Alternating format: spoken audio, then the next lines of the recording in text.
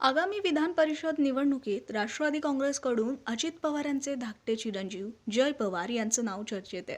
त्यातच अमोल मिटकरी यांनी सुद्धा या जागेसाठी जय पवार यांचा विचार व्हावा अशी मागणी केली होती. या संदर्भात राष्ट्रवादी शरदचंद्र पवार पक्षाचे आमदार रोहित पवार यांना विचारण्यात आलं. जय पवार यांच्या निवडीच्या चर्चेवर रोहित पवारांनी काय म्हटलंय पाहूयात. इतके मोठ्या अडचणी आज देशामध्ये, पण सरकारकडनं त्या बाबतीत कुठेही चर्चा केली जात नाही. चर्चा जर कुठली केली जाते तर मेलेडी खाओ सब जान जाओ अशी आजची परिस्थिती आहे. त्यामुळे सरकारला मला सांगायचंय की लोकात या, लोकांच्या अडचणी जाणून घ्या आणि मग त्याच्यावर मार्ग काढा. पंतप्रधान नरेंद्र मोदी यांनी हीच मेलोडी जी आहे ती मेलोनी ज्या इटलीचे पंतप्रधान आहेत त्यांना देऊन खरं तर महागाईचं आमंत्रण भारताला दिलेलं आहे. एक तुम्हाला सांगतो, कांद्याचं आंदोलन उद्याच्या दिवशी चांदवडला आम्ही सर्वजण खूप मोठ्या लेवलला तिथे घेणार आहोत. इतका रोष लोकांना आहे. शेतकरी काय म्हणतात माहिती का, मोदी साहेबांनी इटलीला जाऊन नाही तर बाहेरच्या देशाला जाऊन मेलेडी चॉकलेट देण्यापेक्षा, कारण का मेलेडीचं चॉकलेट दिल्यानंतर पार्ले नावाची जी कंपनी ते शेअर इतके वाढले, 10,000 कोटी रुपये तिथं वाढले. त्यामुळे शेतकऱ्याचं मत आहे ही मेलेडीची चॉकलेट देण्यापेक्षा पंतप्रधान साहेबांनी जर कांदा दिला असता तर कांद्याचे भाव वाढले असते आणि लोक त्या ठिकाणी खुश राहिले असते. याची किंमत आहे 1 रुपया आणि 1 रुपयाला एवढंसं मिळतं आणि आज शेतकरी 1 किलो कांदा 1 रुपयाला विकतोय. कुठेतरी या सरकारला लाज वाटली पाहिजे असं आमचं मत आहे. त्यामुळे उद्या खूप मोठ्या संख्येने आम्ही असू, काँग्रेसचे नेते सपकाळ साहेब असतील, शशिकांत शिंदे साहेब आमच्या पक्षातले नेते असतील, दानवे साहेब उद्धव ठाकरे साहेबांच्या पक्षातले आणि सीपीएम असं मिळून एक मोठं आंदोलन चांदवडला सकाळी 9 वाजता उद्या 26 तारखेला त्या ठिकाणी घेतात. दादा, राज्यात सगळ्या निवडणुका ज्या आहेत त्या बिनविरोध घेण्याच्या संदर्भातल्या हालचाली सध्या सुरू आहेत. अखिल भारतीय चित्रपट महामंडळाच्या निवडणुकीत सुद्धा आता मंत्री उदय सामंत यांच्या दुसऱ्या पत्नी नीलम शिर्के या निवडणुकीत आलेल्या आहेत आणि त्यांच्यामुळे अनेक लोकांचे फॉर्म जे आहेत उमेदवारी फॉर्म ते पोचलेच नाही. स्वतः अभिनेते विजय पाटकर यांनी आरोप केला आहे. क्रांती रेडकर, निशिगंधा वाड यांच्या देखील फॉर्म जे आहेत ते या निवडणुकीत सबमिट झालेले नाही. अशा पद्धतीने राजकारण जर या लेवलला आणि या संस्थेमध्ये सुद्धा जर येत असेल ते अतिशय दुर्दैव आहे असं आपल्याला त्या ठिकाणी म्हणावं लागेल. माझं मत आहे कॉम्पिटिशन होऊ द्या, समोरासमोर त्या ठिकाणी इलेक्शन होऊ द्या. जे कोणी निवडून येतील त्यांचं स्वागत तिथं केलं पाहिजे. ठीक आहे, बऱ्याच लोकांचं एक उद्दिष्ट असतं की आपण एखादी महिला कलाकार हे अध्यक्ष झालं पाहिजे, पण मग त्याच झाल्या पाहिजे असं नाही. स्पर्धेतून एखाद्या महिला अध्यक्ष व्हायला काही हरकत नाही. त्यामुळे अशा पद्धतीने दबाव जर टाकला जात असेल तर मला असं वाटतं सिनी क्षेत्रामध्ये नाही तर त्या कला क्षेत्रामधल्या लोकांनी कुठं ना कुठेतरी बोललं पाहिजे.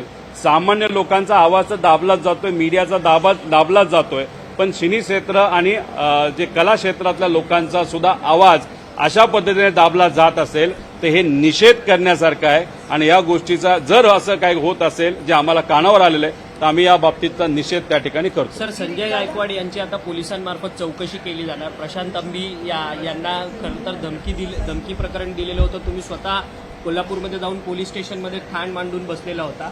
आता मात्र पोलिसांची चौकशी होणार आहे संजय गायकवाड. हे बघा, पोलिसांना आम्ही हेच सांगत होतो की प्रशांत तंबींच्या बाबतीत तुम्ही काही गोष्टी सिरियसली घ्या, कारण का त्यांच्याशी संवाद साधत असताना एक लोकप्रतिनिधी महिलांबद्दल अतिशय खालच्या लेवलला जाऊन त्या ठिकाणी बोललेला आहे, शिव्या दिलेल्या आहेत. छत्रपती शिवाजी महाराजांबद्दल सुद्धा अपशब्द त्या ठिकाणी वापरण्यात आलेले आहे. तुम्ही लाईटली घेऊ नका.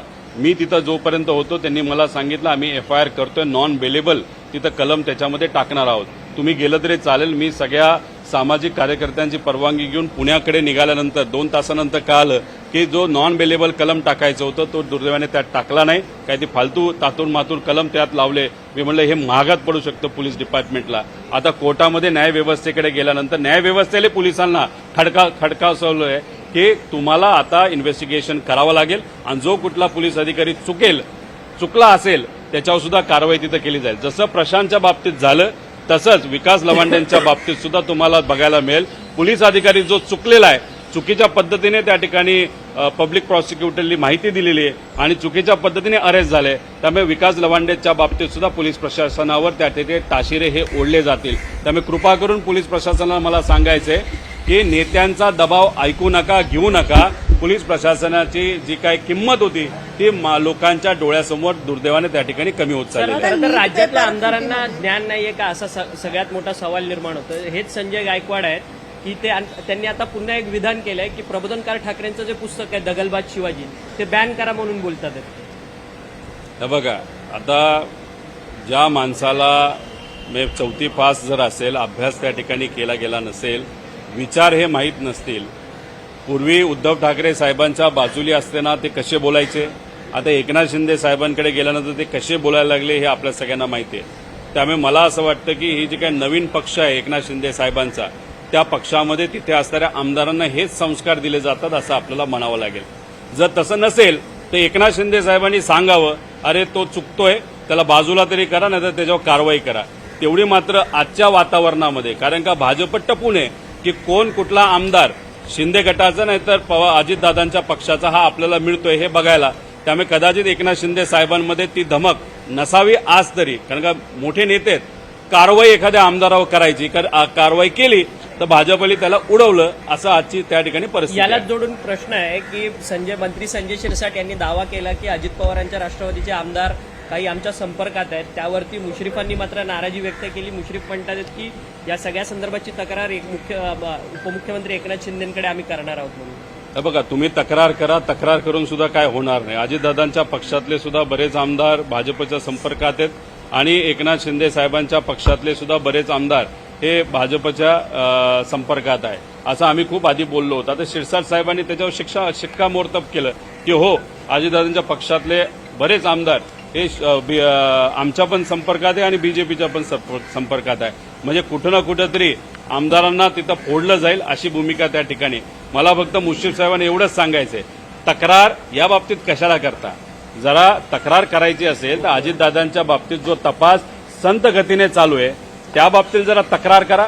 तुमच्याच पक्षाला सांगितलं होतं ना की अजितदादांचे जे काय तपास आहे हा सीबीआयकडे द्यावा. त्यासाठी तुम्हाला सत्तेत असून सुद्धा स्मरणपत्र द्यावं लागलं. त्यामुळे तुमच्या वजनाचं, तुमच्या ताकदीचा वापर आणि तक्रार जर तुम्हाला खऱ्या अर्थाने करायची असेल तर दादांचा तपास जो स्लो चाललाय आणि जे सीबीआयकडे अजूनपर्यंत तपास दिला नाही त्या बाबतीत जर हिंमत असेल तर तुम्ही तक्रार करावी, एवढी मात्र त्या ठिकाणी त्यांना विनंती करतो. नीट पेपर उतरतील अशी शक्यता आहे. त्यांचे जे समर्थक आहेत कोण? जय पवार आगामी या विधान परिषदेच्या निवडणुकीत उतरतील. पोस्टर बिस्टर्स व्हायरल होतात. कसं पाहतात? हे बघा, आता त्याच्या मनामध्ये आहे नाही आहे, त्यांच्या पक्षामध्ये आहे नाही आहे, पण कसं असतं की एखादा व्यक्ती जेव्हा राजकारणात नवीन नवीन येतो तेव्हा काही आसपास काही कार्यकर्ते जुडले जातात आणि काही कार्यकर्ते टीव्हीवर येण्यासाठी व त्या नेत्याच्या जवळ जाण्यासाठी व चांगलं एक म्हणतात ना गोडी गोडी, जसं हे मेलडी आहे तसं गोड गोड एक कुठेतरी संबंध त्या ठिकाणी व्हावेत. सत्तेत कामं बरीच होतात म्हणून काही लोक पोस्टर तिथं करत असतात. पण शेवटी पक्ष काय निर्णय घेतो त्याच्यावर त्या ठिकाणी असतं. पण विषय एवढाच असतो, कुठलाही पक्ष लांबचा जर विचार करत असेल तर त्यांचे निष्ठावंत, दादांबरोबर राहिलेले जे निष्ठावंत लोक आहेत, पदाधिकारी आहेत, त्यांना कदाचित प्राधान्य देणं हे जास्त महत्वाचं असतं. पण शेवटी निर्णय हा पक्षाचा असतो. निष्ठावंतांना त्या ठिकाणी संधी दिली जाईल का मग नवीन एखाद्या पदाधिकारीला जो परिवारातला दिली तर चांगलंच आहे, आम्ही स्वागतच करू. पण शेवटी निष्ठावंत का परिवारातला एक व्यक्ती, निर्णय हा त्या पक्षाला त्या ठिकाणी घ्यायचा.